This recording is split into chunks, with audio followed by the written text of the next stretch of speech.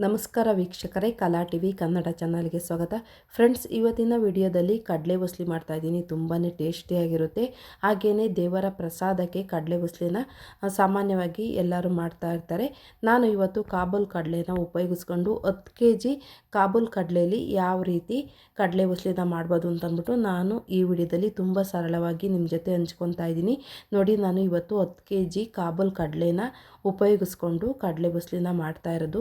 ತುಂಬ ಸಿಂಪಲ್ಲಾಗಿ ಒಗ್ಗರಣೆ ಕೊಟ್ಕೊಬೋದು, ಆದರೂ ತುಂಬಾ ಟೇಸ್ಟಿಯಾಗಿರುತ್ತೆ. ಬನ್ನಿ ಫ್ರೆಂಡ್ಸ್, ಯಾವ ರೀತಿ ನಾವು ಕಡಲೆ ಬಸ್ಲಿನ ತುಂಬ ಸಿಂಪಲ್ಲಾಗಿ 10 kg ಮಾಡ್ಬೋದು ಅಂತಂದ್ಬಿಟ್ಟು ನಾನು ಈ ವಿಡಿಯೋದಲ್ಲಿ ಸರಳವಾಗಿ ನಿಮ್ಮ ಜೊತೆ ಹಂಚ್ಕೊತಾ ಇದ್ದೀನಿ. ನೋಡಿ ಫ್ರೆಂಡ್ಸ್, ಎಷ್ಟು ಚೆನ್ನಾಗಿ ಕಾಣಿಸ್ತಾ ಇದೆ, ತುಂಬಾ ಚೆನ್ನಾಗಿದೆ, ಟೇಸ್ಟೂ ಅಷ್ಟೇ ಚೆನ್ನಾಗಿರುತ್ತೆ. ನೀವು ದೇವಸ್ಥಾನದಲ್ಲಿ ಪ್ರಸಾದವಾಗಿ 10 kg ಕಡಲೆ ಉಸ್ಲಿ ಮಾಡಿಸ್ಬೇಕು ಅಂತಂದಾಗ ನೀವು ಈ ವಿಡಿಯೋನ ನೋಡಿಕೊಂಡು ಸಿಂಪಲ್ಲಾಗಿ ಮಾಡ್ಕೊಬೋದು. ಬನ್ನಿ, ಹೇಗೆ ಮನೆಯಲ್ಲೇ ಮಾಡ್ಕೊಬೋದು 10 kg ಕಡಲೆ ಉಸ್ಲಿನ ಅಂತಂದ್ಬಿಟ್ಟು ನಾನು ಈ ವಿಡಿಯೋದಲ್ಲಿ ನಿಮ್ಮ ಜೊತೆ ಹಂಚ್ಕೊತಾ ಇದ್ದೀನಿ. ನಾವು ಮೊದಲು ಒಂದು 10 kg ಕಡಲೆನ ತೊಗೊಂಬಂದು ಕಾಬೂಲ್ ಕಡಲೆನ ಒಂದು 8ರಿಂದ 10 ಅವರು ಚೆನ್ನಾಗಿ ನೆನೆಸ್ಬೇಕಾಗುತ್ತೆ.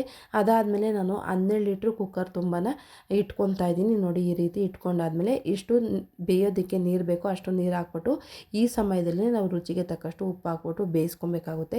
ಕಾಬೂಲ್ ಕಡಲೆನ ಬೇಯಿಸ್ಬೇಕಾದ್ರೆ ನಾವು ಉಪ್ಪು ಹಾಕೋದ್ರಿಂದ ಚೆನ್ನಾಗಿ ಕಡಲೆಗೆಲ್ಲನ ಉಪ್ಪೆಲ್ಲ ನೀಟಾಗಿ ಹೊಂದ್ಕೊಳ್ಳುತ್ತೆ. ಒಂದು 4ರಿಂದ 5 ಸಲ ನಾವು ಕೂಗಿಸ್ಕೊಬೇಕಾಗುತ್ತೆ. ಒಂದೊಂದು ಕಡಲೆ ಚೆನ್ನಾಗಿ ನೆಂದಿಲ್ವಲ್ಲ, ಆಗ ಮಾತ್ರ ನಾವು 4ರಿಂದ 5 ಸಲ ಕೂಗಿಸ್ಕೊಬೇಕಾಗುತ್ತೆ. ಇಲ್ಲಾಂದರೆ ಒಂದು 3 ಸಲ ಕೂಗಿಸ್ಕೊಂಡ್ರೆ ಸಾಕಾಗುತ್ತೆ. ನಾನು ಇಲ್ಲಿ ಒಂದು 10 ಅವರು ನೆನೆಸಿ ಇಟ್ಟಿರೋದ್ರಿಂದ ನಾನು ಒಂದು 3 ಸಲ ಕೂಗಿಸ್ಕೊಂಡಿದ್ದೀನಿ. ಅದಾದಮೇಲೆ ನೋಡಿ, ಹೀಗೆ ಜಾಲರದಲ್ಲಿ ನಾವು ಶೋಧಿಸ್ಕೊಬೇಕಾಗುತ್ತೆ. ನೋಡಿ, ಈಗ ಗೋಣಿ ಚೀಲದಲ್ಲಿ ಒಂದು ಮಂಕ್ರಿ ಇದೆ, ಊರಲ್ಲೆಲ್ಲ ಮಂಕ್ರಿಗಳೆಲ್ಲ ಇರುತ್ತೆ. ಆ ಮಂಕ್ರಿಲಿ ಗೋಣಿ ಚೀಲ ಹಾಕ್ಬಿಟ್ಟು ಆಮೇಲೆ ಶೋಧಿಸ್ಕೊತಾ ಇರೋದು. ಇದೇ ರೀತಿ ನಾವು ಎಲ್ಲ ಕಡಲೆನೂ ಒಂದು 4ರಿಂದ 5 ಸಲ ನಾವು ಕೂಗಿಸ್ಕೊಂಡಿದ್ದೀವಿ. ಯಾಕೆಂದರೆ 12 ಲೀಟ್ರ್ ಕುಕ್ಕರಲ್ಲಿ ಕೂಗಿಸ್ಕೊಂಡ್ರೂ ನಾವು ಒಂದು 10 ಸಲ ಕೂಗಿಸ್ಕೊಬೇಕಾಗುತ್ತೆ. ಏಕೆಂದರೆ ಕಾಳೆಲ್ಲ ಚೆನ್ನಾಗಿ ನೆಂದು ಡಬ್ಬಲ್ ಆಗಿರೋದ್ರಿಂದ ನಾವು ಒಂದು 20 kg ಆಗಿರುತ್ತೆ, 10 kg ಕಾಳು 20 kg ಆಗಿರುತ್ತೆ. ಹಾಗಾಗಿ ಅಷ್ಟು ಸಲ ನಾವು ಕೂಗಿಸ್ಕೊಬೇಕು. ನೋಡಿ, ಎಲ್ಲ ಚೆನ್ನಾಗಿ ನಾವು ಕೂಗಿಸ್ಕೊಂಡಿದ್ದೀವಿ. ಒಂದು ಮಂಕ್ರಿ ತುಂಬ ಆಗಿದೆ. ಕಾಬೂಲ್ ಕಡಲೆ ಒಗ್ಗರಣೆ ಮಾಡೋದಕ್ಕೆ ಬೇಕಾಗಿರೋ ಮೆಣಸಿನ್ಕಾಯಿನ ನಾನು ಮಿಕ್ಸಿ ಜಾರ್ಗೆ ಹಾಕ್ಕೊಂಡು ಪೇಸ್ಟ್ ಮಾಡ್ಕೊತಾ ಇದ್ದೀನಿ. ನೋಡಿ, ಈಗೆಲ್ಲ ಪೇಸ್ಟ್ ರೆಡಿಯಾಗಿದೆ. ಆಲ್ಮೋಸ್ಟ್ ಒಂದು ಅರ್ಧ kg ನಾನು ಮೆಣಸಿನ್ಕಾಯಿನ ತೊಗೊಂಡಿದ್ದೀನಿ. ಈಗ ಒಗ್ಗರಣೆ ಮಾಡ್ಕೊಳ್ಳೋಣ. ಒಂದು ದೊಡ್ಡ ಬಾಣಲಿ ಇಟ್ಬಿಟ್ಟು ನಾವು ಒಗ್ಗರಣೆ ಮಾಡ್ಕೊಬೇಕಾಗುತ್ತೆ. ಒಂದು ಅರ್ಧ kg ಎಣ್ಣೆ ಹಾಕ್ಕೊಂಡಿದ್ದೀನಿ. ದೊಡ್ಡ ಸ್ಟವಲ್ಲಿ ನಾವು ಮಾಡೋದ್ರಿಂದ ಉರಿಯೆಲ್ಲ ಬೇಗ ಹತ್ತುತ್ತೆ. ನೋಡಿ, ಎಣ್ಣೆಲ್ಲ ಕಾದಿದೆ. ಸಾಸಿವೆ ಮತ್ತು ಜೀರಿಗೆನ ಹಾಕ್ಕೊಂಡಿದ್ದೀನಿ. ಹಾಗೆ ಒಂದು ಹಿಡಿ ಆಗೋವಷ್ಟು ಕರಿಬೇವಿನ ಸೊಪ್ಪನ್ನು ಸೇರಿಸ್ಕೊತಾ ಇದ್ದೀನಿ. ಇಲ್ಲಿ ಈರುಳ್ಳಿ ಹಾಕ್ಕೊತಾ ಇದ್ದೀವಿ. ಬೇಕು ಅಂದರೆ ಈರುಳ್ಳಿ ಹಾಕ್ಕೊಳ್ಳಿ. ಒಬ್ಬೊಬ್ಬರು ಪ್ರಸಾದ ಮಾಡಬೇಕಾದ್ರೆ ಈರುಳ್ಳಿ ಹಾಕೋದಿಲ್ಲ. ಈ ಊರಲ್ಲಿ ದೇವ್ರ ಪ್ರಸಾದ ಮಾಡಬೇಕಾದ್ರೆ ಈರುಳ್ಳಿ ಎಲ್ಲ ಹಾಕ್ತಾರಂತೆ, ಹಾಕಿ ಪರವಾಗಿಲ್ಲ ಅಂತಂದರು. ಹಾಗಾಗಿ ನಾನು 2 kg ಈರುಳ್ಳಿನ ಸಣ್ಣ ಸಣ್ಣದಾಗಿ ಕಟ್ ಮಾಡಿಬಿಟ್ಟು ಹಾಕ್ಕೊಂಡಿದ್ದೀವಿ. ಒಬ್ಬೊಬ್ಬರು ಈರುಳ್ಳಿ ಬೆಳ್ಳುಳ್ಳಿನ ಉಪಯೋಗ ಮಾಡೋದಿಲ್ಲ ಪ್ರಸಾದ ಮಾಡೋದಕ್ಕೆ. ನಿಮ್ಮ ಕಡೆ ಹೇಗೆ ಮಾಡ್ತೀರೋ ಅದೇ ರೀತಿ ಮಾಡಿ. ಇಲ್ಲಿ ಮಾತ್ರ ಈರುಳ್ಳಿ ಹಾಕಿದ್ದಾರೆ. 2 kg ಈರುಳ್ಳಿ ಸಣ್ಣ ಸಣ್ಣದಾಗಿ ಕಟ್ ಮಾಡಿಬಿಟ್ಟು ಸೇರಿಸ್ಕೊಂಡಿದ್ದೀವಿ. ಈರುಳ್ಳಿ ಅರ್ಧ ಬೆಂದಾದಮೇಲೆ ಈಗ ಅರ್ಧ kg ನಾವು ಪೇಸ್ಟ್ ಮಾಡ್ಕೊಂಡಿದ್ದೀವಲ್ಲ ಹಸಿಮೆಣ್ಸಿನ್ಕಾಯಿನ, ಅದನ್ನ ಸೇರಿಸ್ಕೊತಾ ಇದ್ದೀನಿ.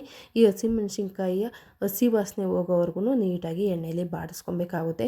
ನಿಮಗೆ ಬೇಕು ಅಂದರೆ ಇನ್ನೊಂದು ಸ್ವಲ್ಪ ಎಣ್ಣೆನ ಸೇರಿಸ್ಕೊಳ್ಳಿ, ಇಲ್ಲಾಂದರೆ ಇಷ್ಟು ಹಾಕ್ಕೊಂಡ್ರೆ ಸಾಕಾಗುತ್ತೆ. ನಾನು ಸಾಕು ಅಂತಂದ್ಬಿಟ್ಟು ಒಂದು ಅರ್ಧ kg ಹಾಕಿದ್ದೀನಿ. ಅದರೊಳಗೂ ಎಣ್ಣೆ ಎಲ್ಲ ನಾನು ಕಡಿಮೆ ಉಪಯೋಗ ಮಾಡೋದ್ರಿಂದ ಒಂದು ಸ್ವಲ್ಪ ಹಾಕ್ಕೊಂಡಿದ್ದೀನಿ. ಕಾಬೂಲ್ ಕಡಲೆ ಆಗಿರೋದ್ರಿಂದ ಒಂದು ಸ್ವಲ್ಪ ಹಿಂಗನ್ನು ಸೇರಿಸ್ಕೊತಾ ಇದ್ದೀನಿ. ಒಂದು ಸ್ವಲ್ಪ ವಾಯು ಅಂಶ ಇರುತ್ತೆ. ಹಾಗೆ ಶುಂಠಿ ಪೇಸ್ಟನ್ನು ಮಾಡಿಬಿಟ್ಟು ಸೇರಿಸ್ಕೊಂಡಿದ್ದೀನಿ. ಒಂದು 50 ಗ್ರಾಮು ಶುಂಠಿನ ಚೆನ್ನಾಗಿ ಜಜ್ಜಿಬಿಟ್ಟು ಒಗ್ಗರಣೆಗೆ ಸೇರಿಸ್ಕೊಂಡಿದ್ದೀವಿ. ಈ ಶುಂಠಿ ಮತ್ತು ಹಸಿಮೆಣ್ಸಿನ್ಕಾಯಿ ಪೇಸ್ಟ್ನ ಹಸಿ ವಾಸನೆ ಹೋಗೋವರೆಗೂ ನಾವು ಚೆನ್ನಾಗಿ ಇಲ್ಲಿ ಒಗ್ಗರಣೆಯಲ್ಲಿ ಬಾಡಿಸ್ಕೊಬೇಕಾಗುತ್ತೆ. ದೊಡ್ಡ ಸ್ಟವ್ ಆಗಿರೋದ್ರಿಂದ ಬೇಗ ಬೇಗ ಎಲ್ಲ ಕೆಲಸ ಆಗುತ್ತೆ. ಸಣ್ಣ ಸ್ಟವಲ್ಲಂತೂ ಮಾಡೋದಕ್ಕೆ ನಾವು ಡೈಲಿ ಅಡುಗೆ ಮಾಡ್ತೀವಲ್ಲ, ಆ ಸ್ಟವಲ್ಲೆಲ್ಲ ಮಾಡೋದಕ್ಕಾಗೋದಿಲ್ಲ 10 kg ಎಲ್ಲನ. ಈಗ ನೋಡಿ, ಒಂದು ಸ್ವಲ್ಪ ರುಚಿಗೆ ತಕ್ಕಷ್ಟು ಉಪ್ಪನ್ನು ಸೇರಿಸ್ಕೊತಾ ಇದ್ದೀವಿ. ಮೊದಲೇ ಉಪ್ಪು ಹಾಕಿರೋದ್ರಿಂದ ನೋಡಿಕೊಂಡು ಉಪ್ಪು ಹಾಕ್ಕೊಬೇಕಾಗುತ್ತೆ. ಒಂದು 4 ತೆಂಗಿನಕಾಯಿನ ಚೆನ್ನಾಗಿ ತುರಿದ್ಬಿಟ್ಟು ತುರಿನ ಹಾಕ್ಕೊತಾ ಇದ್ದೀವಿ. ಈಗ ನೀಟಾಗಿ ಎಲ್ಲ ಒಗ್ಗರಣೆ ಎಲ್ಲ ಹೊಂದ್ಕೊಂಡಾಗೆ ನೀಟಾಗಿ ಮಿಕ್ಸ್ ಮಾಡ್ಕೊಬೇಕಾಗುತ್ತೆ. ಎಲ್ಲ ಒಗ್ಗರಣೆನೂ ನೀಟಾಗಿ ಹೊಂದ್ಕೊಬೇಕು. ತೆಂಗಿನಕಾಯಿ ಈರುಳ್ಳಿ ಎಲ್ಲನ ಹೊಂದ್ಕೊಬೇಕು. ನೋಡಿ, ಈಗೆಲ್ಲ ಚೆನ್ನಾಗಿ ಆಗಿದೆ. ಕಾಬೂಲ್ ಕಡಲೆನೂ ಸಹ ಚೆನ್ನಾಗಿ ಬೇಯಿಸ್ಕೊಂಡಿದ್ದೀವಿ. ಈ ಸಮಯದಲ್ಲಿ ನಾವು ಈಗ ಕಾಬೂಲ್ ಕಡಲೆ ಎಲ್ಲನ ಒಗ್ಗರಣೆಗೆ ಸೇರಿಸ್ಕೊಬೇಕಾಗುತ್ತೆ. ಒಗ್ಗರಣೆ ಚೆನ್ನಾಗಿ ಹತ್ತೋವರೆಗೂ ತುಂಬ ಸಿಂಪಲಾಗಿ ಮಾಡ್ಕೊಬೋದು. ಒಗ್ಗರಣೆ ಚೆನ್ನಾಗಿ ಹತ್ತೋವರೆಗೂ ನಾವು ಕೈ ಆಡಿಸ್ಕೊಬೇಕಾಗುತ್ತೆ. ಆದಷ್ಟು ನಾವು ದೊಡ್ಡ ಪಾತ್ರೆಯಲ್ಲಿ ಮಾಡ್ಕೊಬೇಕು. ಮತ್ತು ಕಾಬೂಲ್ ಕಡಲೆನ ಮಿಕ್ಸ್ ಮಾಡೋದಕ್ಕೆ ಒಂದು ಕಬ್ಬಿಣದ ಕೈ ಇದ್ದರೆ ಚೆನ್ನಾಗಿ ಮಿಕ್ಸ್ ಆಗೋದು. ಆದರೆ ನಮಗೆ ಕಬ್ಬಿಣದ ಕೈ ಸಿಕ್ಕಿರಲಿಲ್ಲ. ನಾವು ಮಾಡಬೇಕಾದ್ರೆ ತುಂಬಾ ಕಷ್ಟಪಟ್ಬಿಟ್ಟು ಮಿಕ್ಸ್ ಮಾಡಿದ್ವಿ. ಯಾಕೆಂದರೆ ಮನೇಲೆಲ್ಲ ದೊಡ್ಡದು ತಿರುವೋದಕ್ಕೆಲ್ಲ ಮಿಕ್ಸ್ ಮಾಡೋದಕ್ಕೆ ಇಟ್ಟಿರೋದಿಲ್ಲ. ಹಾಗಾಗಿ ನಮಗೆ ಮಿಕ್ಸ್ ಮಾಡಬೇಕಾದ್ರೆ ಒಂದು ಸ್ವಲ್ಪ ಕಷ್ಟ ಆಯಿತು. ನಾವು ಒಂದು 2-3 ಸಲ ಬೇರೆ ಕೈಯಿಂದ ಎಲ್ಲನ ಬದಲಾಯಿಸ್ಕೊಂಡ್ವಿ. ಆದ್ರೂ ಒಂದು ಸ್ವಲ್ಪ ಕಷ್ಟದಿಂದ ಎಲ್ಲನೂ ಹೊಂದ್ಕೊಳೋ ಆಗಿ ಒಗ್ಗರಣೆ ಹೊಂದ್ಕೊಳೋ ಆಗಿ ನಾವು ಮಿಕ್ಸ್ ಮಾಡಿದ್ದೀವಿ. ನೋಡಿದ್ರೆ ಗೊತ್ತಾಗ್ತಾ ಇದೆ ನಾವು ಒಂದು 2-3 ಕೈನ ಚೇಂಜ್ ಮಾಡ್ಕೊಂಡಿದ್ದೀವಿ. ನೋಡಿ ಫ್ರೆಂಡ್ಸ್, ಇಷ್ಟು ಸಿಂಪಲ್ಲಾಗಿ ನಾವು ಮನೇಲಿ ಒಂದು 10 kg ಕಾಬೂಲ್ ಕಡಲೆನ ಉಪಯೋಗಿಸ್ಕೊಂಡು ದೇವರ ಪ್ರಸಾದಕ್ಕೆ ನೈವೇದ್ಯನ ಮನೇಲೇ ಮಾಡ್ಕೊಬೋದು ಅಂತ ಅಂದ್ಬಿಟ್ಟು ನಾನು ತುಂಬ ಸಿಂಪಲ್ಲಾಗಿ ನಿಮ್ಮ ಜೊತೆ ಹಂಚ್ಕೊಂಡಿದ್ದೀನಿ. ಯಾರಿಗೆ ತಾನೇ ಕಾಬೂಲ್ ಕಡಲೆ ಇಷ್ಟ ಆಗೋದಿಲ್ಲ ಹೇಳಿ? ಎಲ್ಲರೂ ಇಷ್ಟಪಟ್ಟೇ ಪಡ್ತಾರೆ. ಮಕ್ಕಳಿಂದ ಹಿಡಿದು ದೊಡ್ಡೋರವರೆಗೂ ಇಷ್ಟಪಡ್ತಾರೆ. ಒಂದು ಸ್ವಲ್ಪ ಚೆನ್ನಾಗಿ ಬೇಯಿಸಿರಬೇಕು. ಒಂದು 8-10 ಗಂಟೆಗಳ ಕಾಲ ನೆನೆಸ್ಬಿಟ್ಟು ಆಮೇಲೆ ಕುಕ್ಕರಲ್ಲಿ ಒಂದು 4 ಸಲ ಕೂಗಿಸ್ಕೊಂಡ್ರೆ ತುಂಬ ಚೆನ್ನಾಗಿ ಅನ್ನದ ಥರ ಬೇಯುತ್ತೆ. ಆ ಟೈಮಲ್ಲಿ ನಾವು ಒಗ್ಗರಣೆ ಕೊಟ್ಬಿಟ್ರಂತೂ ತುಂಬ ಅದ್ಭುತವಾಗಿರುತ್ತೆ ಪ್ರಸಾದ. ಅದರೊಳಗೂ ನಾವು ದೇವರ ಪ್ರಸಾದ ಅಂತಂದ್ಬಿಟ್ಟು ರೆಡಿ ಮಾಡಿದರೆ ಇನ್ನೂ ತುಂಬ ಚೆನ್ನಾಗಿರುತ್ತೆ. ಅಷ್ಟು ಮನೇಲಿ ಮಾಡಿರ್ತೀವಲ್ಲ ಆ ತಿಂಡಿಗೂ ದೇವರ ಪ್ರಸಾದವಾಗಿ ನಾವು ರೆಡಿ ಮಾಡಿರ್ತೀವಲ್ಲ ಆ ತಿಂಡಿಗೂ ತುಂಬಾ ರುಚಿ ಬೇರೆನೇ ಇರುತ್ತೆ. ದೇವರ ಪ್ರಸಾದ ಅಷ್ಟು ಚೆನ್ನಾಗಿರುತ್ತೆ. ನೋಡಿದ್ರಲ್ಲ ಎಷ್ಟು ಸಿಂಪಲ್ಲಾಗಿ 10 kg ಕಾಬೂಲ್ ಕಡಲೆನ ನಾವು ತುಂಬ ಸಿಂಪಲ್ಲಾಗಿ ಒಗ್ಗರಣೆ ಕೊಟ್ಕೊಂಬರ್ದು ಅಂದ್ಬಿಟ್ಟು ನಾನು ಈ ವಿಡಿಯೋದಲ್ಲಿ ಸರಳವಾಗಿ ನಿಮ್ಮ ಜೊತೆ ಹಂಚ್ಕೊಂಡಿದ್ದೀನಿ. ಈ ವಿಡಿಯೋ ನಿಮ್ಮೆಲ್ಲರಿಗೂ ಇಷ್ಟ ಆಗಿದೆ ಅಂತ ನಾನು ತಿಳ್ಕೊತಾ ಇದ್ದೀನಿ. ಇಷ್ಟ ಆಗಿದರೆ ಕಲಾ TV ಕನ್ನಡ ಚಾನಲ್ನ ಸಬ್ಸ್ಕ್ರೈಬ್ ಮಾಡ್ಕೊಳ್ಳಿ. ಹಾಗೆ ಈ ವಿಡಿಯೋಕ್ಕೊಂದು ಲೈಕ್ ಕೊಡಿ. ನಿಮ್ಗೆ ಗೊತ್ತಿರೋರಿಗೆ, ನಿಮ್ಮ ಹಿತೈಷಿಗಳಿಗೆ ಈ ವಿಡಿಯೋನ ಶೇರ್ ಮಾಡಿ. ನಿಮ್ಮ ಅನಿಸಿಕೆ ಅಭಿಪ್ರಾಯನ ಕಾಮೆಂಟ್ ಮೂಲಕ ವ್ಯಕ್ತಪಡಿಸಿ. ಹೇಗೆ ಬಂದಿದೆ ಈ ವಿಡಿಯೋ ಅಂತಂದ್ಬಿಟ್ಟು.